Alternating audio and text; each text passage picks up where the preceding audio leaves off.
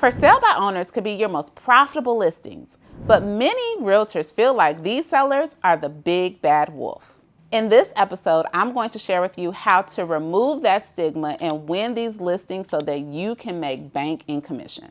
Recently, one of the besties in our coaching group had a huge win because she signed a listing, but not just any old listing. She converted a for sale by owner. I'm talking somebody who had a sign out in the yard, marketing on Zillow, trying to do it all by themselves, and she was able to convert them and trust this seller into hiring her. Now, when she first got the appointment, let me tell you, it was the cutest thing because her grandmother, her 85-year-old grandmother, saw this woman putting a sign in her yard and ran out and said, you know what, you need to call my grandbaby. So grandma technically secured the listing appointment for her, but let me tell you, my girl had to go in there and win it. So as she was preparing for the appointment, she wanted some coaching, some support on, okay, exactly how does she approach this for sale by owner? Because many of us, when you see these signs in the yard, when you see people trying to sell their homes themselves, if we're not careful, we will start to put our own assumptions on why they have chosen to do that, right? We're going to assume that they are stingy, that they don't want to pay commission, that they're going to be difficult to work with, and that is not always the case. And this is one of the things that I love about our coaching group is because we were able to provide her some real-time support on things to do to not only prepare for the listing appointment, but to shift her mindset. And I'm going to share with you exactly what I coach with her. And side note, if you are interested in being a part of our coaching group, we are opening up our spring 2025 cohort. So head on over to rosemarylewis.com/accelerator or check the description box where you are watching this episode and you'll be able to get signed up to check out our program. But now let me tell you exactly the way that we coached her so that she was actually able to get the listing. So first things first, our mindset and the way we perceive a situation is going to determine anything. So the very first thing that I encouraged Bestie to think about was like, you know what? I just want you to know that this person, this lady, she is human, and I don't want you to go into that appointment, on the defensive, having any preconceived notions on why she decided to try for sale by owner on her own. Because a lot of times we automatically assume like it is some sort of vendetta against our profession when we see somebody who is looking to, somebody who's looking to sell their house. It would be like me, somebody who owns a smoothie shop being mad at me and having it out for me because I make a smoothie at home every morning. I'm not out to get them. I just am doing it the way that I think is best, okay? And could they probably make me a better smoothie? Probably. But if you automatically think that someone is out to get you, then that is a recipe for disaster. So we literally told her, go in with an absolute open mind and go and approach it like you would any other listing appointment. Like, don't go up feeling like you have to prove yourself because this person automatically is going to be combative, because that is not always the case. So there was a little bit of mindset work that we had to do in the beginning, and I'm going to encourage you to do that mindset work as well. And the reality, is that this is an opportunity to educate, because instead of going in automatically thinking that you're going to have your guards up and you're going to have to defend your fee and everything like that, just go in thinking like, hey, this is an opportunity to educate, because everyone is not clear on exactly what a real estate agent does and think they can do it themselves. Like, I'm not mad at them for thinking they can do it themselves. It's my job to help them understand how we are better equipped to support in this transaction. So fix your mindset when you are meeting with a for sale by owner. That is going to be the very first step before you enter into the home. Now, here is the second thing that you need to do. Just like any listing appointment, make sure that you prepare for the appointment. Now, I go into detail on what we do to prepare for appointments in our coaching group, but I'll give you a couple things. Like, make sure that you understand the neighborhood. Make sure you understand the pricing for the home, okay? Make sure that you are clear on market trends, and not only market trends as it relates to like what their experience will be as a seller, but anytime I go to a listing appointment, it's really important that I update sellers and help them understand exactly what are the challenges, the competition, like what is the experience like for the buyer, because that is going to help set some proper expectations. So don't just show up all willy-nilly. Make sure that you actually are showing up with some data and that you have some context and understanding about what is actually happening, because at the end of the day, what the seller is going to be most concerned with is, are you going to essentially be the person to help me get to the bottom line and net the most for my house? So if you're showing up and you don't know about the house that's sold across the street, and you don't know about the different updates, or that the builder is still building in the community, and you are not prepared to have these conversations, you need to assume that this for sale by owner has done a little bit of a deeper dive in what's happening in market. So you definitely have to show up prepared to demonstrate that you know what in the heck you talking about. So make sure that you are preparing for the appointment and treat it like you are on a job interview, because essentially you are. Now, here's the third thing. When you are at the appointment, and this is the part that so many people miss, one of your main goals, especially with that for sale by owner, right? They may have a little bit of reluctance to sign something right away. So your main goal when you're there and you're prepared, you're, showing all the information that you know about the area. You really, though, want to be in there to establish rapport, okay? And when you are establishing rapport, I'm not saying that you're in the house to just try to be buddy and chummy. You definitely don't want to walk around and give all of this advice on exactly what they need to do to sell the house without you. But you need to make sure that you are going deeper in the questions that you're asking. You are getting clear on like what their motivation is, what is their goal for selling the home, and you're finding some commonalities, right? And I get it. You may be looking at this like, Rosemary, what if I have nothing in common with the person?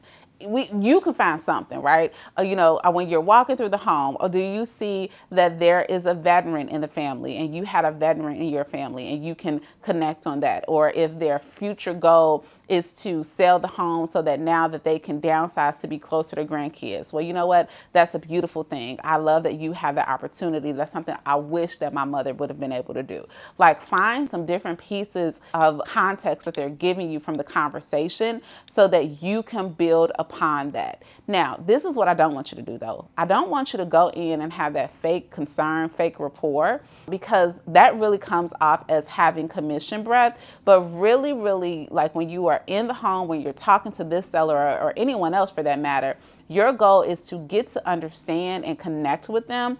And when you connect, right, the saying is true. People end up doing business with those that they know, like, and trust. And using this opportunity where you're walking through their house to establish this rapport, it is a game changer. And let me back up, because there's one thing that I didn't say is, even when you are going for this initial appointment, don't lie, right? I hear a lot of people, a lot of coaches will tell you, that you call the for sale by owners and you want to tell them that you have a buyer looking in their area, and then you do the 1-2 switch and punch, right? No, don't do that, right? When you get there, just let them know, hey, I just really want to understand exactly what your goals are and see if I can help you. And even helping you may not be me listing the home, but just sharing some advice, sharing some tips, and that is a rapport builder as well, okay? So when you are there, again, the big goal is to connect, converse, and then once you connect and converse, the better you're going to have chances to actually convert them into a client. Here's the fourth thing that I recommended to the bestie. I wanted her to show up with something tangible of value that could help the future seller. So this could have been something as small as, I wanted to provide you with, you have people coming in, you're answering your door, here are some foot covers, right? So that if someone comes, you have foot covers. Or it could be moving box labels, like stickers for a moving box. Just something just to show like, hey, these are the types of things that I do for people I care about and for my clients. So show up with just a little small gift, a little small token that will help them in the process, because what you're doing is you're building up that rapport and you are demonstrating how resourceful you are. And even if they have foot covers or if they have moving labels or something like that, that is okay. But I want them to start to think of you like, hey, she or he, like they're actually thinking through things that could be of value to me, and make sure that you bring just something tangible. You do not have to break the bank. I'm talking something that might cost you $5 or $10, right? Stopping by Home Depot or choosing something on Amazon, but showing up with a little gift that will help them, even if they decide to continue to sell the home on their own. That is going to leave a really, really good impression. Number 5, before you even get to the appointment, you want to start to think through the different objections that a seller may have and how you are going to respond to it. One of the biggest mistakes that I see agents making is that, let's be real, most buyers and most sellers, they have the same sort of objections. And what are some that the sellers have? What is your commission going to be? Will you discount? How long is it going to take to sell my home? They want to know about the bottom line. They want to overprice the home. We know that these things are coming, but what happens is if you haven't thought through what your responses are going to be, then guess what? You're going to be like, it's going to come off like you're not prepared and you haven't thought this through. And if you don't know how to respond to these basic questions, then why would they hire you? So even before you go on the appointments, and a great time to do this is when you are doing the market research for what's happening in the area, just think through, okay, what are some of the questions that could come up that I want to be prepared for? Now, if you're trying to think through some of these objections, then guess what? I have a free guide for you that you can download. Go to rosemarylewis.com/object, and I have a list of both common objections and what you should say for both working with sellers and working with buyers. While you are there speaking to the seller, while you're establishing rapport, you're connecting with them, it's going to be real important that you are listening. Number one, you're listening for their pain, but I also want you to be planting seeds of doubt in them doing a great job at this on their own. Now, I don't want to be negative or pour salt, but I would say something along the lines of saying, okay, great, I'm so happy that you're here. I'm here. Once we're talking, I may say something like, okay, what is your plan to properly vet people that are coming to see the house, to make sure, that they are truly qualified buyers that are interested in your home? Because I know when I came here, I know that I'm legit, but you didn't ask for any documentation. Like, I could have been anyone. We live in a very wicked world, and I would just hate for you to expose yourself to some unwanted activity because a realtor is not in place to make sure that the proper pre-qualifications have happened before you start opening up your house to people. Or I may say something like, okay, when it comes to contracts, right? Have you taken a contracts class? Have you done a deep dive? Because there are actually over 40 outs for the buyer. And if you are in contract with someone who either has a realtor or is more familiar with the real estate contract than you, do you know how to protect yourself, right? So I'm going to just start planting little seeds just to say, here are some things that I want you to look out for as you are marketing your home by yourself. Oh, and by the way, how are you going to market your home by yourself, right? And now you get to start demonstrating some of the things that you all do or that you can do to market the property. And trust me, it is going to start some two-way conversations. Now, be very careful when you do this. Like, I want you to slide these things in the conversation as it happens naturally. Like, don't just be condescending, but you definitely want to find those areas of where you're going to plant the seeds of doubt. And when you plant the seeds of doubt, just say, because, that's one of the things that, we do. Like, I am selling anywhere from, 30 to 40 homes a year, or even our brokerage. Let's say you've never sold a home. My brokerage is selling, hundreds of homes per month, and we specialize in contract law. So we, and we engage a title company or an attorney, like all these different resources to make sure that you are not just getting the best number on paper, but that we're working with people who can actually get you closed, and we are protecting your interests. So just make sure you start, sprinkling in that, and trust me, their wheels are going to start spinning, and you're going to see them like just really thinking through what their decision is. And then here's the last thing, okay? Before you leave that appointment, make the ask. I know that you can show up with your little gift, you can do your little research and walk them all through the house without actually saying, you know what? I would love the opportunity to serve you as your real estate agent and then demonstrate exactly what you can do to help them and make the ask. Too often, we are too timid to actually ask for the business, okay? And there are different ways you can say this. So I might say, Mrs. Howard, I appreciate you being here and allowing me to come to your house. It is absolutely beautiful. I want to make sure that you're protected. And more than anything, I really want to see you get to your grandkids, because I know that that is something that you really, really want, and you want to see that happen by July. Listen, I would love to be the one to help you get to that point. And if we can talk about it a little bit deeper, like however you want to bring it up, make the ask for the business.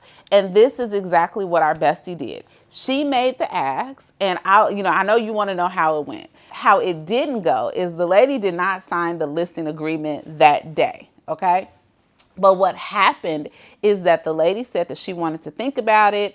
The bestie followed up with her, and she followed up with her. And lo and behold, on that third follow-up, the seller said, you know what? I am sick of these random people coming to my house, because she planted a seed of doubt without me really knowing if they're even qualified to buy the house. And I'm just sick of answering the phone.